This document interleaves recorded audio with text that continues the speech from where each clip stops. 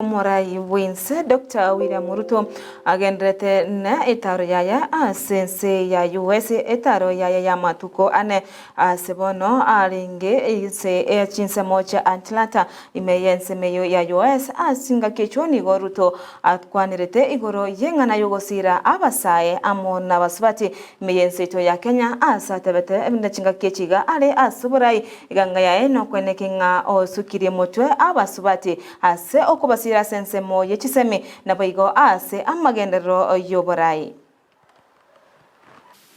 We therefore have a common foundation to empower our youthful population with skills in STEM, with particular emphasis on developing a robust capacity to engage with the global digital technology sector on a much and such advanced and emerging technologies as artificial intelligence, robotics, and data science. In my proposal, I am concerned about the persistent underrepresentation of women in STEM, posing a grave challenge to inclusive development in other sectors.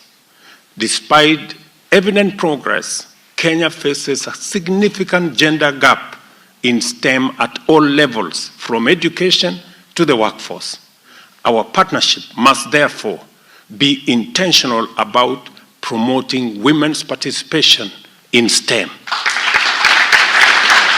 The STEM mentorship program, implemented by UNESCO in collaboration with the government of Kenya and benefiting 2,000 young women, serves as a model that underscores the power of partnership.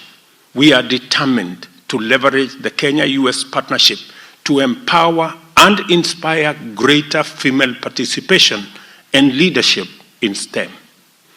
In my midst, just to demonstrate, I have come with many women in my leadership, in my administration. And in our,